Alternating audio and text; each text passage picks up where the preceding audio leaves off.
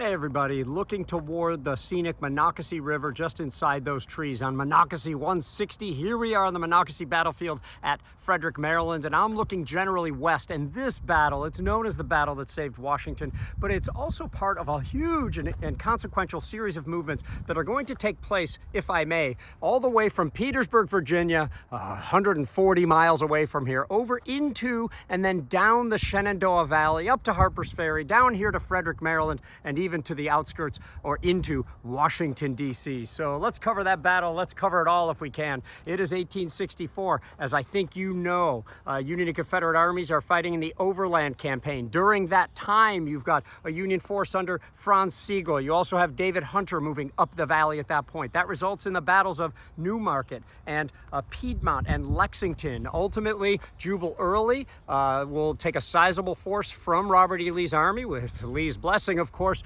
and they will fight at Lynchburg. The Union commander, a guy named, again, David Hunter, will move way north, you could say, into West Virginia. Some might say the North Pole, but you can still hear the hoofbeats of his horse to this day. And Jubal Early will start moving down the Shenandoah Valley at this point. Now, after he turns in from Harper's Ferry toward Frederick, you've got a guy named Lew Wallace, much maligned from the Battle of Shiloh. He is going to end up riding in this direction. He is going to secure anybody he can to try to join this battle that might be coming to Frederick, Maryland. He's not sure if he can win, but at least he needs to confront the Confederates. And now we're on the Monocacy battlefield here, July 9th, 1864. I'm looking toward one of the key farms at Monocacy. It's my favorite one. It's also the most peaceful. It's the Worthington farm, and you can see some of the work being done on it right now, even though we're at 160. There are other farms in the distance, but this thing is going to flare right behind me, where McCausland's Confederate cavalry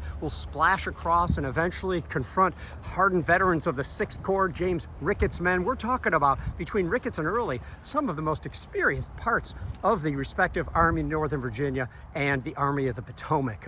As the battle is moving by the house, you have young Worthington, a boy, I believe his name is Glenn, watching from some of those slats in the basement as the Confederates come toward this position here.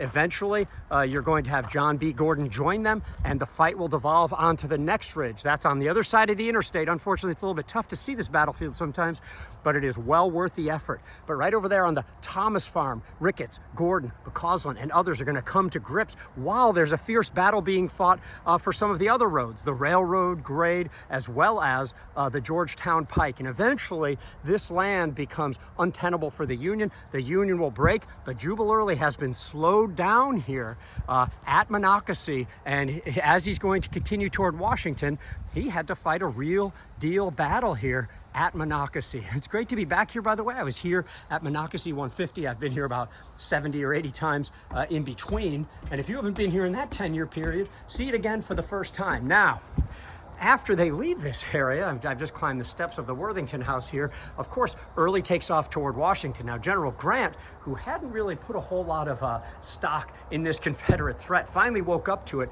and just got some of his 6th Corps veterans there in time to stop the Confederates at the Battle of Fort Stevens. Now, I have little doubt, the smart money would say, that Jubal Early would have gotten into Washington, D.C. if he could have gotten there a day earlier had he not fought the Battle of Monocacy. So Lew Wallace is given credit for saving Washington because those 6th Corps troops got there just in time to man the defenses, push Early back.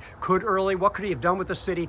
Could he have freed the Confederate prisoners far away from here at Point Lookout, Maryland? We'll never know because of the Battle of Monocacy and Fort Stevens. And it's 160 for that as well. I believe July 11th and 12th. Early will come back out this way. Eventually, he's going to go back toward the valley. That's over my shoulder over there. Early's movement back toward the valley would result in battles like Cool Springs, 2nd Kernstown, and others.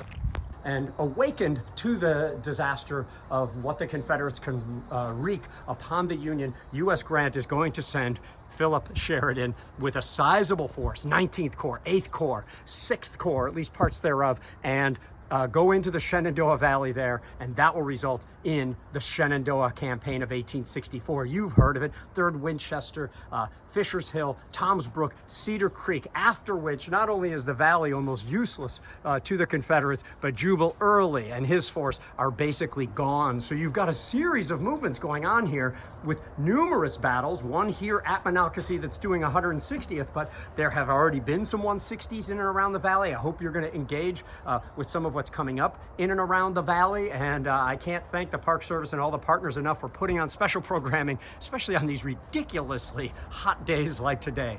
Thanks for watching and for supporting battlefield education and preservation. Hello, this is Trace Atkins. To stay up to date on all the latest and coolest videos, please subscribe to the Trust YouTube channel. Preserve, educate, inspire.